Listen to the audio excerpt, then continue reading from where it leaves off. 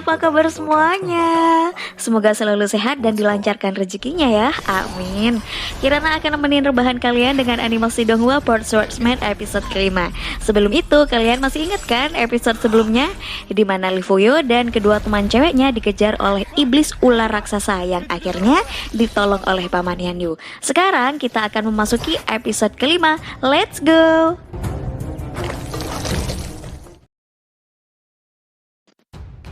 Di awal scene memperlihatkan Chen Sheng tengah terbang bersama pedang baru jelmaan ikan Jinri. Ada sesuatu yang mengganggu Chen Sheng hingga hampir membuatnya terjatuh. Dia mengira pedang Jinli yang melakukannya, tapi Jinli tidak tahu menahu. Tiba-tiba ada sesuatu menghantam pohon. Dia pun mencari sumber energi itu. Sementara ular raksasa yang mengganggu Lee Fuyo dan kawan-kawan terperangkap di papan milik Paman Yanyu. Terlihat Paman Yanyu sambil membacakan mantra untuk ular itu.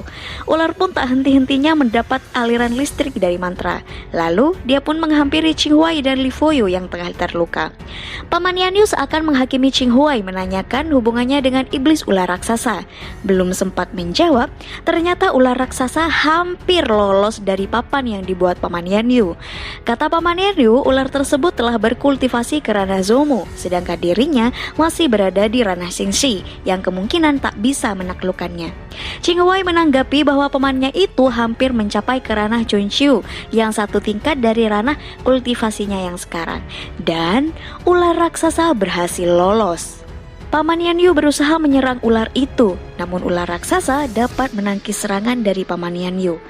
Ular kembali menyerang, mereka bertiga pun menghindar dengan secepat kilat. Lee Fuyo memberikan jurus gunturnya, namun sayang guntur tersebut tak membuat ular terkalahkan, malah kemarahan ular makin menjadi-jadi.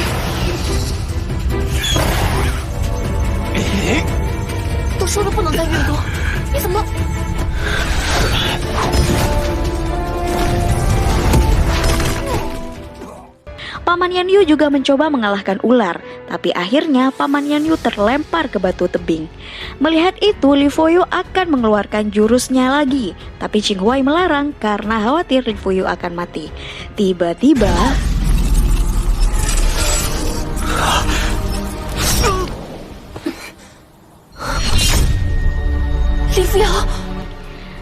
ternyata kepala ular telah terpenggal. Derdek dong, kupikir Lee Fuyo udah dimakan. Lanjut. Pemenggal kepala ular ternyata adalah Chen Sheng, dan masih seperti biasa dia selengean dan membanggakan dirinya sendiri. Dia bilang pada Lee Fuyo tak usah berterima kasih katanya. Sementara Qing Huai menghampiri badan paman ularnya itu. Dia seolah tak percaya pamannya sudah tiada. Kata Chen Sheng, paman ularnya masih hidup. Dia hanya memotong hasil kultivasi selama ratusan tahun miliknya. Sia-sia dong kultivasi sampai ratusan tahun tiba-tiba hilang. Jiwa paman ular masih ada di kepalanya dan tidak bisa mati. Lalu Paman Yanyu bertanya, kenapa Chen Sheng tak membiarkannya mati saja? Dijawab sama Chen Sheng, ih siapa lo? Emang dirimu bisa ngebunuh dia? Katanya. Diem dong Paman Yanyu. Chen Sheng melanjutkan bahwa ras iblis untuk berkultivasi harus sesuai dengan aturan. Sementara ular itu menggunakan metode jahat untuk memaksa dirinya bertransformasi dan mengganggu kestabilan medan di area itu. Sekarang ular tersebut sedang mengembalikan aura medan di sana. Anggap aja ganti rugi katanya. Kemudian Chen Sheng menghampiri Lee Fuyo yang batuk-batuk. Dia terluka parah. Organ dalam tubuhnya telah mengalami banyak kerusakan. Meridian stabil, tapi titik akupunturnya telah terblokir. Katanya teknik itu sama seperti ras iblis. Tunggu, aku nge-lag. Ras iblis itu siluman kali ya? Menurut kalian gimana? Ya juga? Tulis di komentar ya. Kalau bilang iblis tuh kayak udah jahat banget gitu ya nggak sih? Aku ganti aja ya ke siluman. Oke, lanjut. Qing Huai menanggapi bahwa dia yang melakukannya menggunakan teknik turun-temurun dari keluarganya. Tiba-tiba Paman Yanyu menyela akan membawa Qing Huai ke akademi. Kemudian ada aliran listrik menyambar. Ternyata Lee Fuyo terbangun tak terima jika Qing Huai akan dibawa pergi. Chen Sheng seperti tahu segalanya. Dia mengatakan seorang siluman yang tidak memiliki token panduan tidak bisa tinggal di ras manusia. Mungkin seperti surat izin gitu ya. Katanya siluman itu harus sesuai, taat, dan patuh pada aturan. Sementara Li Fuyu udah kelihatan marah lagi nih. Dia mempertanyakan tanggung jawab akademi atas dirinya, di mana saat itu akademi telah melanggar aturan padanya. Tapi apa ya kira-kira? Oke, kita nantikan di episode selanjutnya aja, nggak usah dipikir. Pokok intinya sekarang Li Fuyu bakal marah kalau teman perempuannya itu dibawa ke akademi. Karena Li Fuyu berpihak pada ras siluman, akhirnya Paman Yan Yu menyerang Li Fuyu. Paman Yan Yu masih persiapan mau nyerang, tiba-tiba Ching Huai sudah menyerang duluan. Ya karena kultivasi Ching Huai lebih rendah, akhirnya dia terpental. Saat Li Fuyu akan membalas, senjata kayu milik Paman Yan Yu sudah berada tepat di depan mata Li Fuyu. Tapi senjata itu slow mo. Why? Ada apa ini? Ternyata perbuatan itu ulah dari kakek Bayu.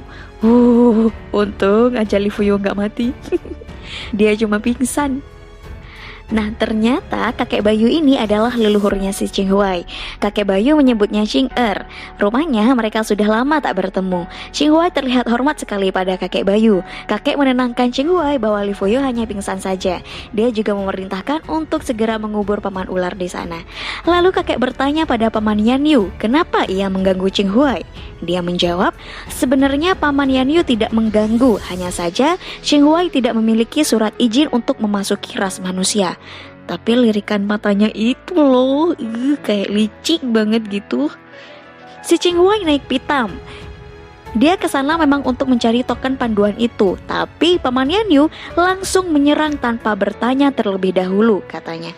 Kemudian kakek Bayu menenangkan dan memberikan sebuah token panduan agar Ching Huai bisa tinggal di ras manusia. Dari episode pertama Ching Huai gak dijelaskan ya dia siluman apa.